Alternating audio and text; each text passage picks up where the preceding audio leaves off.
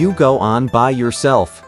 When the Monkey King heard this, he had to take his leave. Emerging from the deep forest, he found the path and went past the slope of a hill. After he had traveled 7 or 8 miles, a cave dwelling indeed came into sight. He stood up straight to take a better look at this splendid place, and this was what he saw. Mist and smoke in diffusive brilliance. Flashing lights from the sun and moon. 1,000 stalks of old cypress. 10,000 stems of tall bamboo. 1,000 stalks of old cypress, draped in rain, half fill the air with tender green. 10,000 stems of tall bamboo, held in smoke, will paint the glen chartreuse. Strange flowers spread brocades before the door. Jade-like grass emits fragrance beside the bridge. On ridges protruding grow moist green lichens. On hanging cliffs cling the long blue mosses. The cries of immortal cranes are often heard. Once in a while a phoenix soars overhead. When the cranes cry, their sounds reach through the marsh to the distant sky.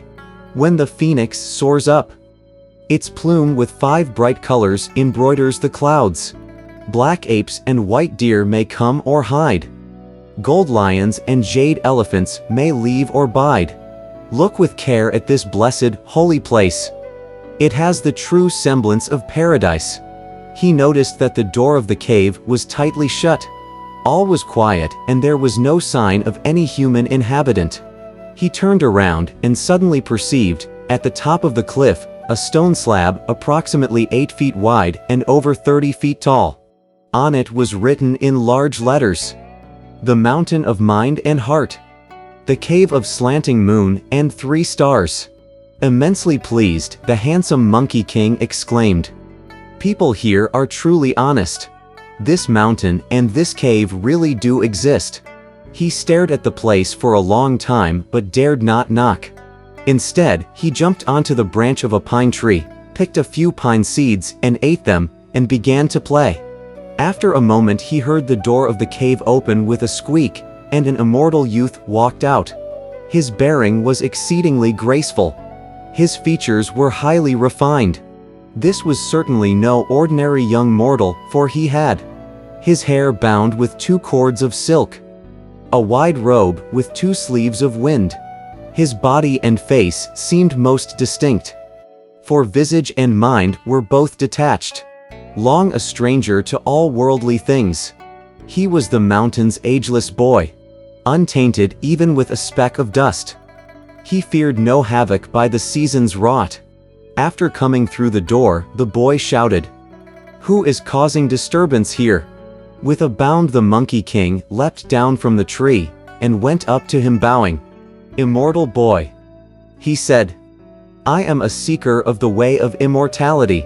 I would never dare cause any disturbance." With a chuckle, the immortal youth asked, "Are you a seeker of the way?" "I am indeed," answered the Monkey King. "My master at the house," the boy said, "has just left his couch to give a lecture on the platform."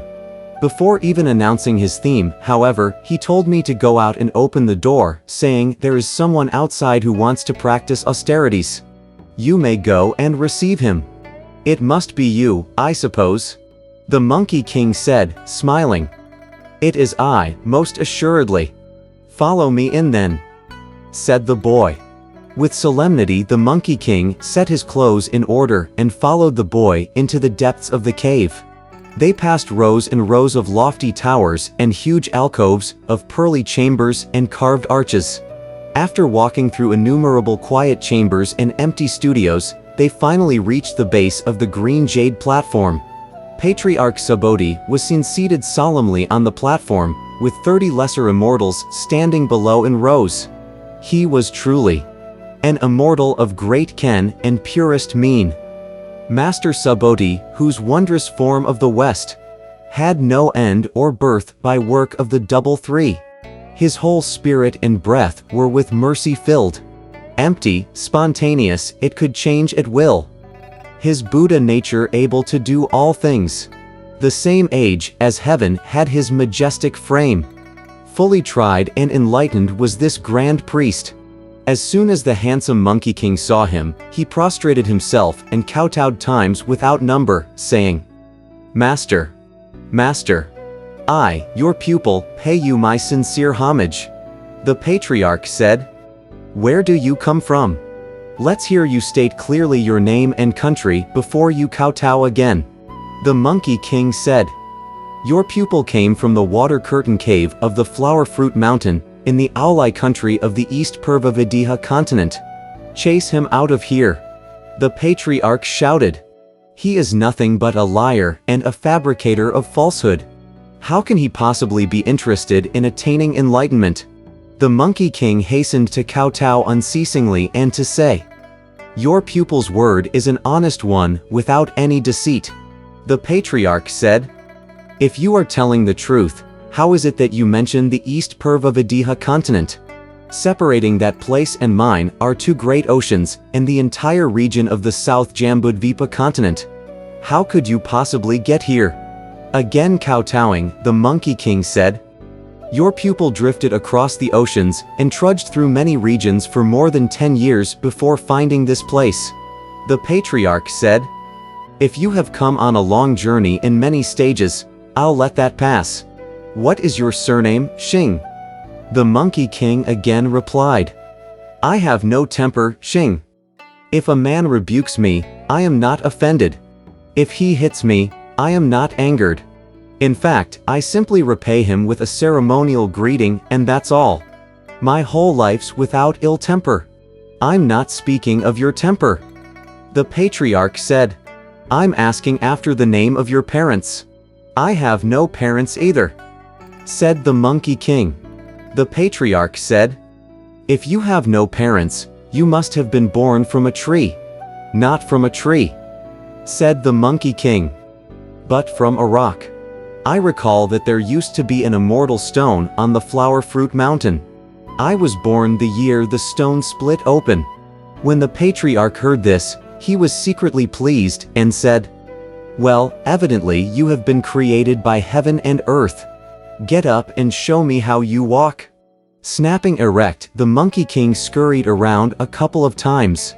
The patriarch laughed and said, "Though your features are not the most attractive, you do resemble a pignolia-eating monkey, Husin. This gives me the idea of taking a surname for you from your appearance. I intended to call you by the name, Hu. If I drop the animal radical from this word, what's left is a compound made up of the two characters gu and ye. Gu means aged and ye means female, but an aged female cannot reproduce. Therefore, it is better to give you the surname of Sun. If I drop the animal radical from this word, what we have left is the compound of Z and Xi. Z means a boy and Xi means a baby, and that name exactly accords with the fundamental doctrine of the baby boy. So your surname will be Sun." When the Monkey King heard this, he was filled with delight. "Splendid! Splendid!" he cried, kowtowing. "At last I know my surname. May the master be even more gracious. Since I have received the surname, let me be given also a personal name, so that it may facilitate your calling and commanding me." The patriarch said, "Within my tradition are 12 characters that have been used to name the pupils according to their divisions. You are one who belongs to the 10th generation. Which 12 characters are they?" asked the Monkey King. The patriarch replied, "They are, wide, guang, great, da, wise, ji, intelligence, hoi, true, gen, conforming, ru, nature, xing, si, hai, sharp, ying, wake, tu, wu, complete, yuan, and awakening, ji. Your rank falls precisely on the word wake to wu. You will hence be given the religious name wake to the void, Wukong." "All right. Splendid. Splendid," said the Monkey King, laughing. "Henceforth I shall be called Sun Wukong." So it was that. At Nebula's parting, he had no name. Smashing stubborn void needs wake to the void. We do not know what fruit of Taoist cultivation he succeeded in attaining afterward. Let's listen to the explanation in the next chapter.